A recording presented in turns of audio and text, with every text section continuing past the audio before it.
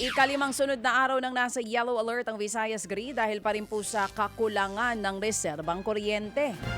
Ayon sa National Grid Corporation of the Philippines o NGCP, nasa 2,653 megawatts ang available capacity ng grid, habang inaasahang aabot po sa 2,485 megawatts ang peak demand.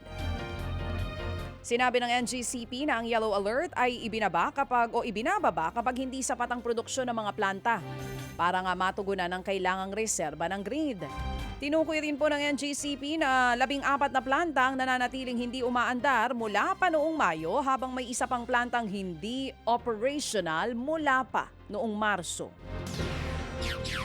Magpapapasok ang Pilipinas ng mas maraming inaangkat na karne ng baboy habang patuloy na pinapahina ng African Swine Fever o ASF ang lokal na produksyon. Import pa more. Inaprubahan ni Ferdinand. Oo. Oh, may galit itong writer ba natin? President natin to, ha? Oo. Inaprubahan nga po ni President Ferdinand Marcos Jr. ang dagdag na 150,000 metric tons na pork imports taon-taon hanggang 2028. Sa ilalim po yan ng Executive Order number 166. Ayon sa Malacanang, nananatiling mataas po ang presyo ng karne ng baboy dahil sa kakulangan ng supply mula po sa mga lokal na magbababoy na tinamaan nga ng ASF. Sinabi rin po ng pamahalaan na kailangan dagdagan ng supply ng karne para mapababa ang presyo at makontrol ang pagtaas ng mga bilihin. Nauna nang nagpataw ng price cap ang pamahalaan sa inaangkat na bigas matapos pong lumagpas sa 7% ang inflation dahil sa epekto ng pagtaas ng presyo ng langis. Sa gitna pa rin po yan ng gulo sa Middle East. Tinataya na mga abot sa mahigit 430 billion pesos ang kinakailangan para mabigyan ng kuryente ang milyon-milyong Pilipinong wala pa ring maayos na supply ng kuryente. Ayon po sa Wenergy Global, mahigit 2.7 milyong bahay sa mga liblib at malalayong lugar ang kinakailangan mapailawan.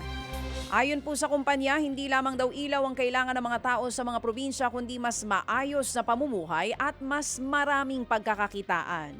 Kasalukuyang namumuhunan ng Wenergy at mga kasosyo nito ng halos 2.1 billion pesos para magtayo ng 24 microgrid systems sa Palawan, Cebu at sa Quezon. Layunin po ng mga proyektong ito na makapagbigay ng kuryente sa mahigit 11,000 na mga kabahayan sa mga lugar na kulang o kaya'y walang supply ng kuryente. Pero ayon sa kumpanya, malaking balakid pa rin ang mabagal na proseso ng permits dahil umaabot ng 7 taon, aray ko po, ang pag-aaproba ng ilang proyekto. Mga kapatid, patuloy po kayong tumutok sa 105.9 True FM para sa totoong balita, impormasyon, music and entertainment. Mag-subscribe sa aming YouTube channel at podcast at sundan nyo kami sa Facebook, Instagram, X at TikTok sa True Network PH. Bisitahin din po ang aming official website, truefm.ph. At panoorin din kami sa True TV Signal, Channel 19. Kami po ang 105.9 True FM. Laging true sa'yo, kapatid.